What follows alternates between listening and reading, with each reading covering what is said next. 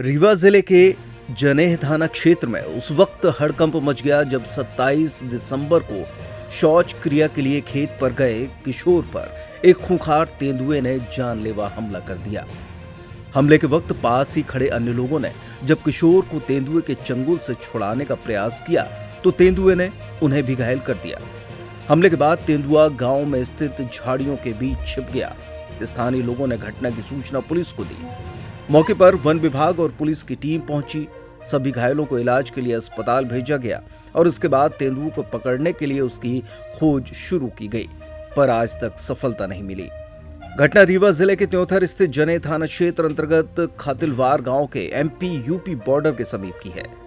बीते 2 दिन पूर्व की दोपहर खातिलवार गांव का निवासी एक किशोर शौच क्रिया के लिए खेत के समीप गया था। इसी दौरान झाड़ियों में छिपकर घात लगाकर बैठे तेंदुए ने किशोर पर हमला कर दिया।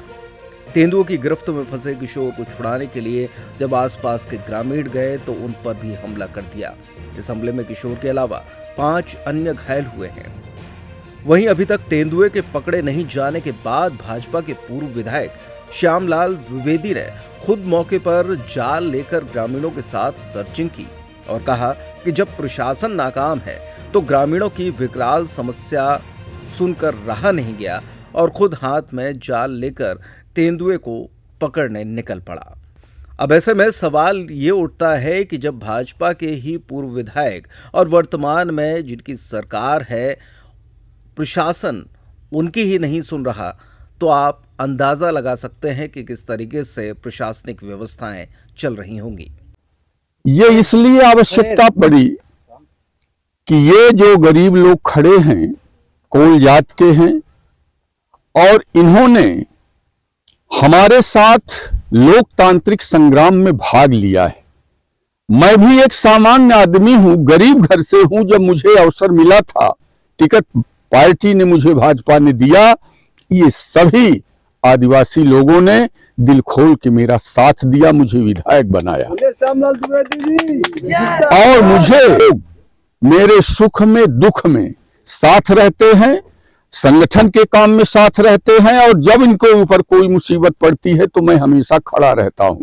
आज भी मैं इसीलिए आया हूं, जैसे ये खबर मिली कि मैं ये खेतों में और नदी के किनारे बाघ है, 3 आदमी के ऊपर हमला करके उन्हें घायल कर दिया और वो बच्चे कराह रहे हैं, पड़े हुए हैं। और बीएमओ से हमने बात किया, एसडीएम साहब से बात किया, उन लोगों ने उपचार की व्यवस्था किया है। और ये राई के खेत हैं, यहां से भी निकलता है, उछलता है, 20-20 फीट लंबी छलांग लगा के आदमी के ऊपर चढ़ बैठता है। ऐसा भयानक बाघ है। मैं शासन प्रशासन से, मैं आदरणीय उप मुख्यमंत्री माननीय राजेंद्र शुक्ला जी से, माननीय सांसद आदरणीय जनार्दन जी मिश्रा जी से ये आग्रह करूंगा कि शासन प्रशासन के ऊपर दबाव डालें कि इन गरीब आदिवासियों की सुरक्षा करें। रात में ये निकल नहीं पाते, शौच के लिए नहीं निकल पाते, पेशाब करने के लिए निकल नहीं पाते, घरों में कैद है। आज भी दिखा है, नदी के किनारे बाघ दिखा है। इसलिए मैं आया हूं, इनको हौसला बढ़ा रहा हूं, हिम्मत बढ़ा रहा हूं। ये टीआई साहब जनेह यहां हैं, इनको भी हमने कहा है और इन्होंने भी कहा है कि मैं पूरी सुरक्षा करूंगा।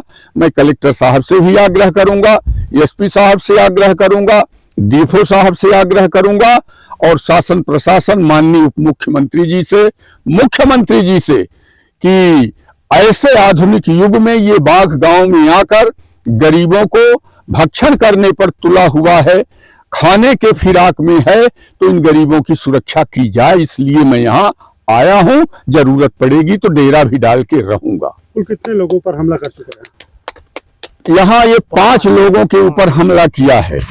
5 लोगों के, 3 हमारे खतिलवार गांव के हैं, एक उत्तर प्रदेश के हैं, एक उत्तर प्रदेश के फॉरेस्ट गार्ड हैं और एक भैंस के ऊपर भी हमला कर चुका है।